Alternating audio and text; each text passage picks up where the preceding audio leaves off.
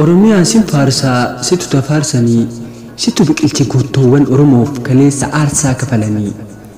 lafti kee magariisa biyyeen kan kee jiidhaa namaa fi horiillee hunda jiraachisaa bosonni kee gaaddisaa shimbiraa fi bineensa hundaa jiraachisaa laggeen kee hin gogu bonaaf ganna yaa'aa kanaaf addunyaalleen daawwiif sitti yaa'aa kanaaf addunyaalleen daawwiif sitti yaa'aa osoo hundaa qabduu akka homaa hin qabne alagaaf garaa taatee ilmaan tee duudeetti galte jiraachuu dadhabanii ilmaan tee sirritti osoo baqaaf deeman hafaniiru karatti kan dhume silaa dhume kan hafe akka ta'e ta'ee doonii yaabbateetiin biyyaan baatti ba'e Oroomiyaa harmee maali badiin teen kinuu har'allee ilkaan qarattee nu fixutti kaate diinni keenya biyya namaan dhayne teennuma falmanne haqa namaan saamne teennumaaf dhumanne keessa keettu warqii albuudaan guutamte warri qumxaan dhufe surree itti goote kaleen silaa dabarteerti seenaa garaan baane nutti hambifteetiin har'a hoo akkamii sila maaltu ta'aa jira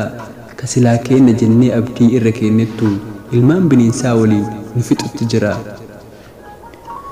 guyyama guyyatti lubbuun qeerroo harca'aa jirti akka firii mukaatti bineensi dhiiga dhuguu bare kinoo hardhas yoomnu rafee bule osoo kakaleetiif gaddinuu imimmaan harcaamne osoo dhiiga boonnu imimmaan kalee saatuu nurraa hayxan osoo jennu keennuma taatanii keennuma nyaattanii hoyta haasoytan afaan mi'eeffattanii gooftaan kenna ummata jettanii meerree meetire ummata hiriira nagaa bahee mirga isaa falmatu deebii gaafii isaa maaf rasaasa gootu diina kalee nuuf hin tolle masaytanii fiddanii afaan keessan dayma garaan keessan cilee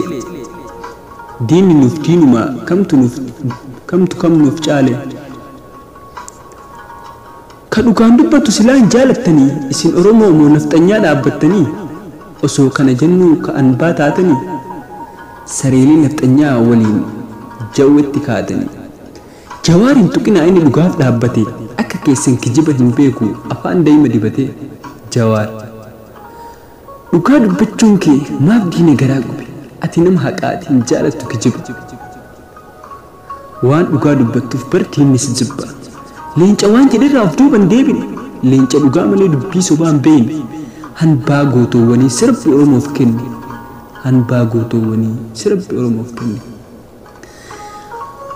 akka jara sanaa garaaf buluu hin barre siqeequ kajeeltii buchilloonni sare diinaaf kurra laattu durirraa eegalee guyyaa ati Oromoodha jettirraa ilmaan bofaa hollatte mogolee warri har'a siqeequ aangurratti bahee warra kaleessa diina wajjin ilmaan teenya lafarraa haxaaye dhiiga dhuguu barte kanaaf hamoommatti dhiiga jara qabe kanaaf afaan banti miidiyaa kamtu nuuf dubbate kaleessa ifa bahee wayita diinni ilmaan teenya rasaasaan lafarraa haxaaye miidiyaan keessan takkaa yoom dhugaa dubbate OMN hin qeeqina inni dhugaaf dhaabbate kanaaf bahaa dhihaan ummanni jaallate noobeelisiif mala isa baga fudhatte mana immiyyeedhaa hoo maaliif haaromsite madaa teenya irratti bar soogidda firfirsite madaa teenya irratti bar soogidda firfirsite baay Shagaa Badiiya